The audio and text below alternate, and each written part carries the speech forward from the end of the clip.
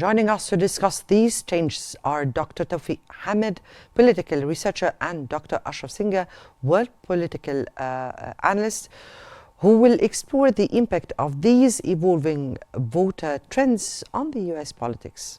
Dr. Hamid, Dr. Singh, good evening to you both, gentlemen. Good evening. Now, Dr. Hamid, how has the Biden-Harris stance on Gaza affected Arab and Muslim voters, and why has it resonated so strongly? Thank you for the invitation, first of all, and welcome to all the audience and to your respected guests.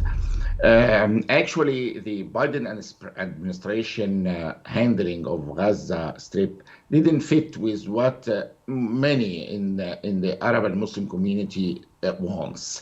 They wanted or expected that the Biden administration, who for several years relied as a Democratic Party on their votes to some extent at least, they expected them to reciprocate this by pressuring Israel, by stopping the war from the Israeli side, by stopping giving more weapons to Israel or weapons to Israel in this war. But this didn't happen, and they were, generally speaking, disappointed, or many of them were disappointed, and it was a turning shift for their views, particularly when Kamala Harris came and said some statement to them and said probably the opposite to the Jewish side. So they felt that maybe it's better for them to choose another candidate, Donald Trump, or probably to go to a third candidate like representative of the Green Party, for example, or not to vote. But in all situations, it was depriving the Democratic Party and Kamala Harris and Biden administration from the Muslims' vote at the end, even if you didn't give it to President Trump.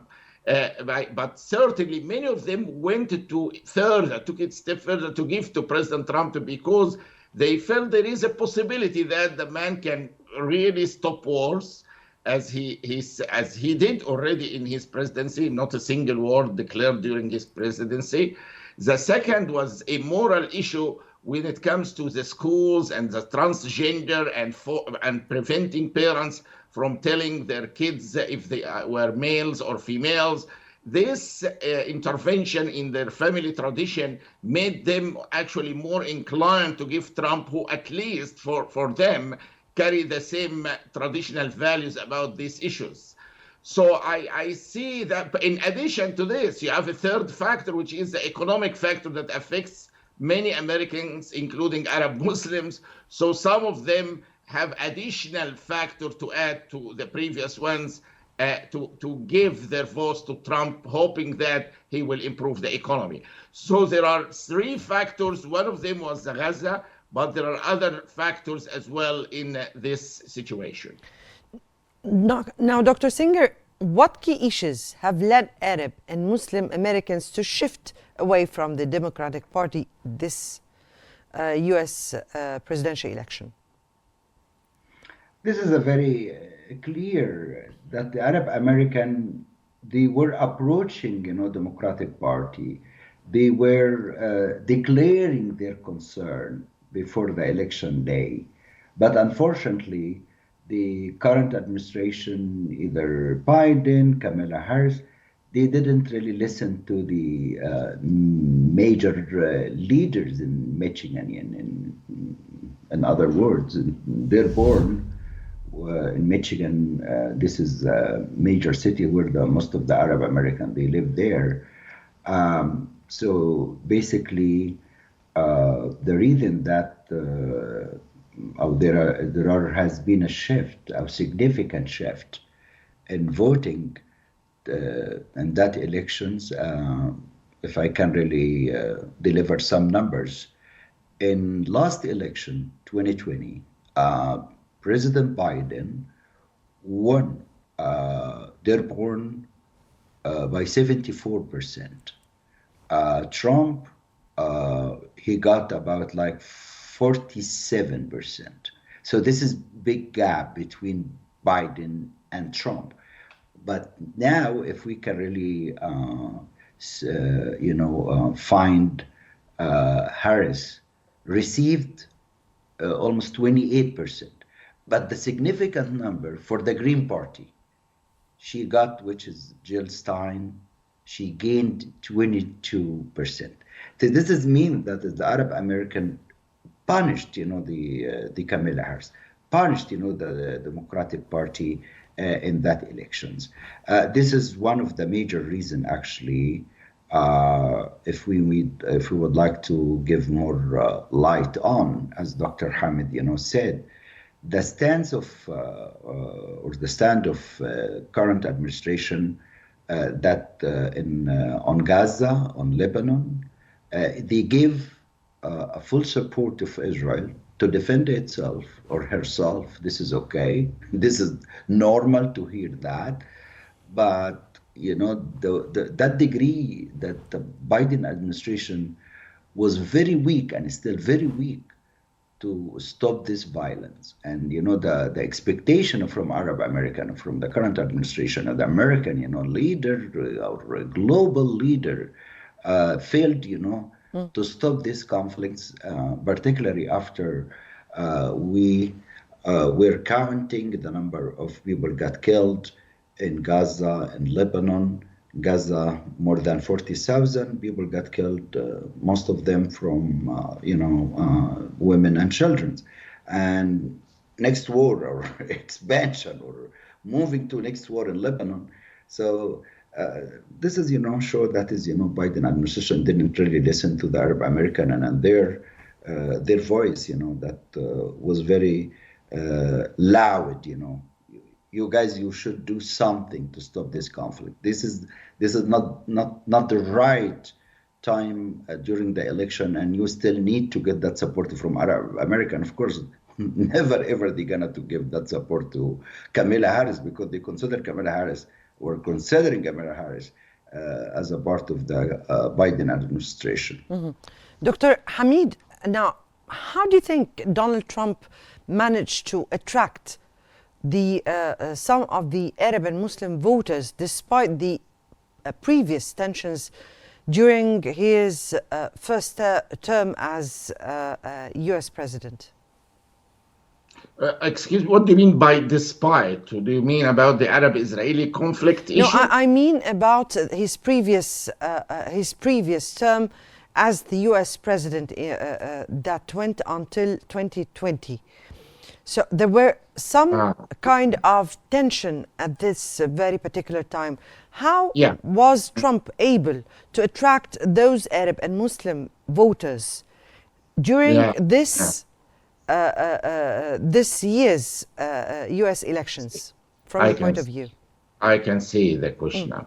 Actually, I from my analysis, at least 80% of the voting that went from Biden administration or the Democrat or Kamala Harris toward the Trump side were because of the negative impact or relationship with the Biden administration due to the factors that I mentioned about Gaza and the handling of Gaza issue. So I believe that significant part of the reason why they went to Trump not because Trump was more attractive to them this time than the previous time, but this time the negative aspects in the Biden and the opposing administration were so significant to them at several levels, including the Gaza issue, including the economy, including the morals issue.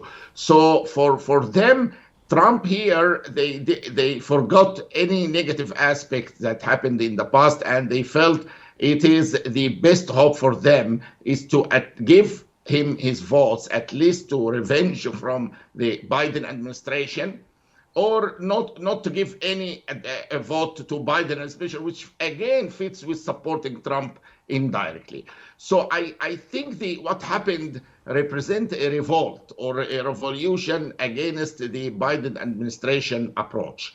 So, and they have a deep feeling that they probably have Trump was good in economy, if you would remember, in his previous elections for the first 3 years until COVID came. And this is not his fault. So many of the fair people felt that the guy can actually save the economy. And remember, many of them have kids and grandkids here. They don't also want to see illegal immigrants coming to the country through the borders, open Right. border policy, to probably attack their kids Right. or grandkids in the future. So they are normal Americans also in this regard. Right. Let me take here Dr. Singer. And Dr. Singer, what factors make third-party candidate like Jill Stein appealing to Arab and Muslim voters this year? And what does this swing in Arab and Muslim votes reveal about the power of the community of the Arab and Muslim minority in the elections? So it was clear that Stein was showing her support to Palestine, support to Lebanon. Her support was clear, was asking, to, achieve the ceasefire, stop transferring arms to Israel. Remember also, Stein is an American Jew. So, and this is really matching with Bernie Sanders, Jack Schumer, Thomas Friedman, to the Jewish community in the United States, they were not happy about this administration. Yes. And the statistics, shows. Yes, briefly, Dr. Singer, because I don't, we're running out of time. So 79 of the American Jew, voted for Harris, not for Trump. So this was a clear or a significant hint that why the Arab American, the big style, not really choose Kamala Harris. Right. Dr. Tawfiq Hamid, the political researcher, and Dr. Ashraf Singer, world politics analyst at the United Media Services. Thank you so much for providing us those valuable insights into the evolving political dynamics among the Arab and Muslim American voters.